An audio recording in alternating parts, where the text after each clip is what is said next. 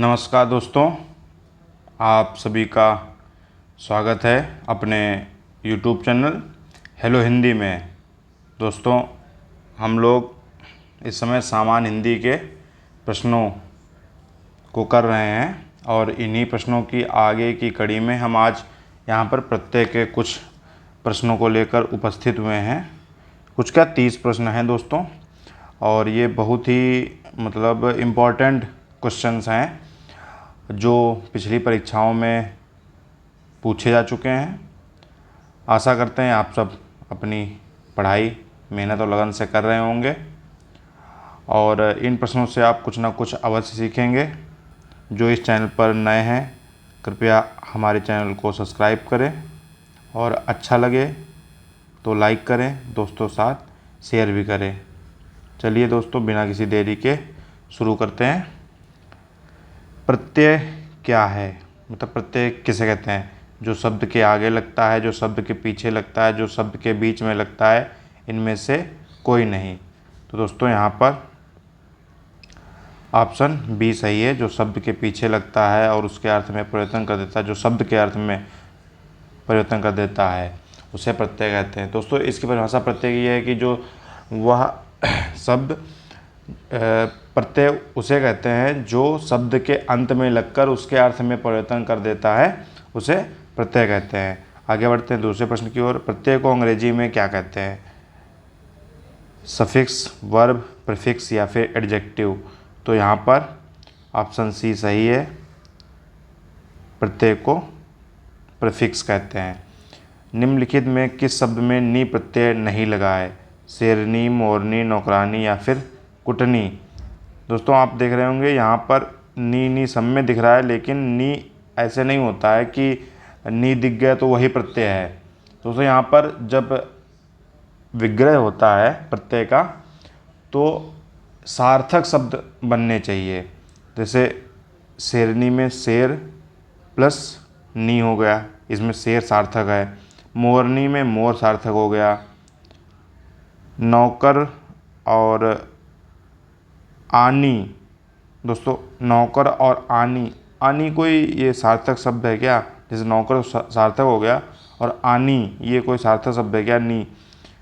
नौकर और जैसे इसका करेंगे शेर प्लस नी हो जाएगा और मोर प्लस नी हो जाएगा। इसका नौकर, नौकर प्लस अनी, और यहाँ पर कुट प्लस नी। तो यहाँ पर हमें बताना है कि नी प्रत्यय नहीं लगा है, तो यही जो है ऑप्शन सी सही है कि इसमें नी प्रत्यय नहीं है, इसमें अनी है। ये आनी है दोस्तों, आनी, नौकरानी। और आगे बढ़ते हैं क्वेश्चन नंबर 4 की ओर। सावधानी शब्द में कौन सा प्रत्यय है? नी, धानी, ई या फिर आनी?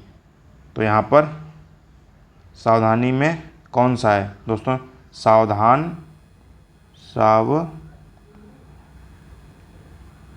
सावधान प्लस ई प्रत्यय लगा है इसमें, तो ऑप्शन सी हमारा सही है। आगे बढ़ते हैं। जिंदगी शब्द में कौन सा प्रत्यय है? दगी, गी, ई या फिर ये? तो यहाँ पर जिंदगी में ऑप्शन ए सही है, ये दगी, ये प्रत्यय लगा है दगी। जिंदगी में दगी प्रत्यय लगा है दोस्तों। आगे बढ़ते हैं। रसोइया शब्द में कौन सा प्रत्यय है? या, आ, रस या फिर इया? तो यहाँ पर रसोइया में डी ऑप्शन सही है, इया प्रत्यय लगा हुआ है। निम्नलिखित में कौन धातु के अंत में जोड़े जाने वाले प्रत्यय हैं? क्रियाद्योतक प्रत्यय, कृत प्रत्यय, तद्धित प्रत्यय या फिर भावद्योतक प्रत्यय? तो यहाँ पर ऑप्शन बी सही है। यहाँ पर कृत प्रत्यय जो होते हैं वो धातु के अंत में जोड़े जाते हैं। आगे बढ़ते हैं। मच्छरदानी शब्द का प्रत्यय बताइए। अनीय, इया, अन या फिर दानी? तो यहाँ पर ऑप्शन डी जो है, दानी जो है, इसमें यह प्रत्यय है। आगे बढ़ते हैं। धड़ाक शब्द का प्रत्यय बताइए। अक, आक, अक या ओक, मतलब धड़ाक में कौन सा प्रत्यय है। तो यहाँ पर आक जो है ये ऑप्शन बी सही है, धड़ाक में आक प्रत्यय है। आगे बढ़ते हैं। बहाव शब्द का प्रत्यय बताइए। बह, हाव, आव या फिर आवा। तो 10वें का जो है ऑप्शन सी सही है, आव। बहाव में आव प्रत्यय लगा हुआ है। निम्नलिखित में कौन सा पद वया प्रत्यय लगने से बना है। रवैया, डतैया, खवैया या फिर बचाया। तो ऑप्शन सी यहाँ पर जो है खवैया जो है इसमें वया प्रत्यय लगा हुआ है। प्रत्यय होता है शब्दांश, वाक्यांश, पद्यांश या फिर पदांश। तो जो प्रत्यय है वो शब्दांश होता है। आगे बढ़ते हैं। हिंदी में शब्दों के बाद जोड़ने वाले शब्दांशों को कहते हैं सर्वनाम, प्रसर्ग, विशेषण या फिर संज्ञा। आप लोग बताएंगे इसमें इनको प्रसर्ग कहते हैं दोस्तों। ऑप्शन बी सही है। हिंदी में शब्दों के बाद जोड़े जाने वाले शब्दांशों को क्या कहते हैं, प्रसर्ग या फिर प्रत्यय दोस्तों इनको कहते हैं। आगे बढ़ते हैं। आहट, आवट, आस आदि किस प्रकार के तद्धित प्रत्यय हैं। कर्तवाचक, कर्मवाचक, भाववाचक या फिर संबंधवाचक। तो यहाँ पर 14 का ऑप्शन सी सही है, ये जो है भाववाचक है। आगे बढ़ते हैं। औपचारिक शब्द में कौन सा प्रत्यय है। अ, क, इक, ईक या फिर इक। तो 15 का ऑप्शन डी सही है, इक। औपचारिक में इक प्रत्यय है। धार्मिक शब्द में कौन सा प्रत्यय है। इक, ईक, मिक या फिर क। तो आप लोग यहाँ पर देखेंगे इक, धार्मिक में इक प्रत्यय है, ऑप्शन ए सही है। आगे बढ़ते हैं। छलिया, पठनी और कहानी में कौन सा प्रत्यय निहित है। इया, ई, आनी, इत, ल, आवट, इला, वाला, ईला, ईला, वाला, इक। तो यहाँ पर 17 का ऑप्शन ए सही है। छलिया में इया है और पठनी में ई है और कहानी में आनी प्रत्यय लगा हुआ है, तो ऑप्शन ए सही है। आगे बढ़ते हैं। चर्मकार, प्रभाकर में कौन सा प्रत्यय निहित है। इया, ई, कार या कर, वान या आड़ी, त्व या फिर तर। तो यहाँ पर 18 का ऑप्शन बी दोस्तों सही है। चर्मकार में कार हो गया और प्रभाकर में कर, ये दो प्रत्यय लगे हुए हैं।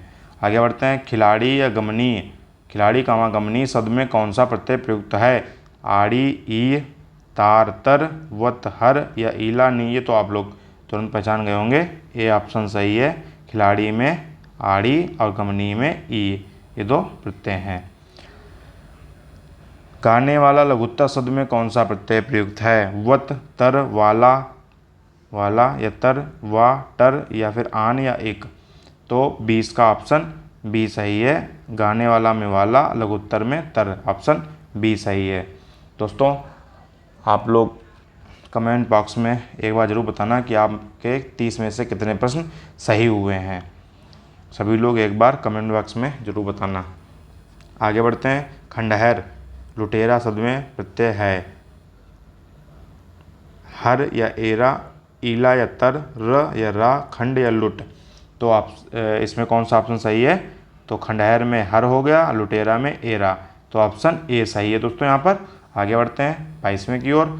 जो धातु, जो प्रत्यय धातुओं के अंत में लगते हैं उसे क्या कहते हैं। कृत प्रत्यय, संबंधवाचक तद्धित या गणनावाचक या सादृश्यवाचक तद्धित।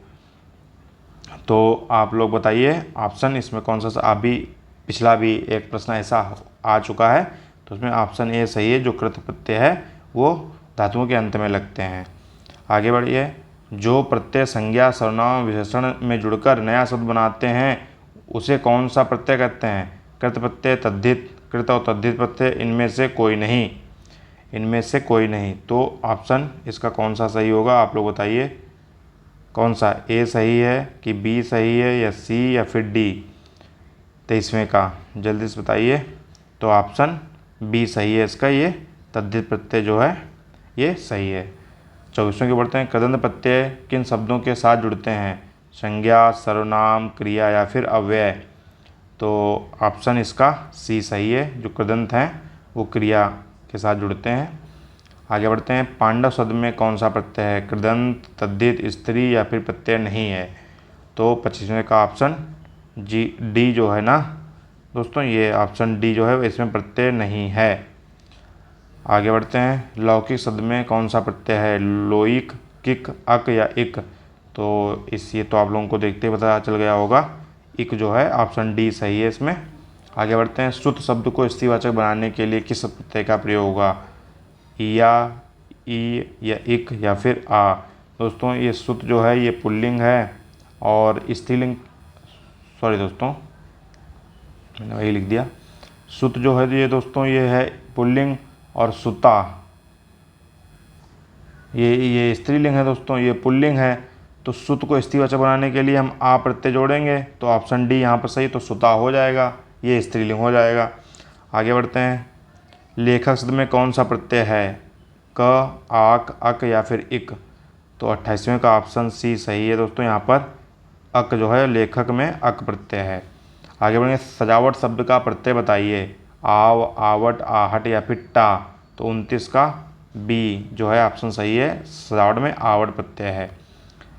30वें में धातु में प्रत्यय जोड़ने से बने शब्द क्या कहलाते हैं? विशेषण, कृदंत, तद्धितांत या फिर क्रिया? तो इसका ऑप्शन जो है बी सही है दोस्तों, जो ये कृदंत है। धातु में प्रत्यय जोड़ने से बने शब्द क्या कहलाते हैं? कृदंत। तो इस प्रकार हमारे 30 प्रश्न पूरे हुए दोस्तों। 30 में से किसके कितने प्रश्न सही हो रहे हैं वो एक बार ज़रूर बताना। जिसके 20 प्रश्न सही हो रहे हैं वो अच्छे हैं, और जिनके 15 से नीचे हैं उन्हें मेहनत करने की ज़रूरत है। जो हमारे चैनल पे नए हैं हमारे चैनल को सब्सक्राइब करें और दोस्तों के साथ शेयर ज़रूर करें आप लोग, और अच्छा लगे तो लाइक करें, हमें सपोर्ट करें। मिलते हैं अगले वीडियो में, तब तक के लिए नमस्कार, जय हिंद दोस्तों।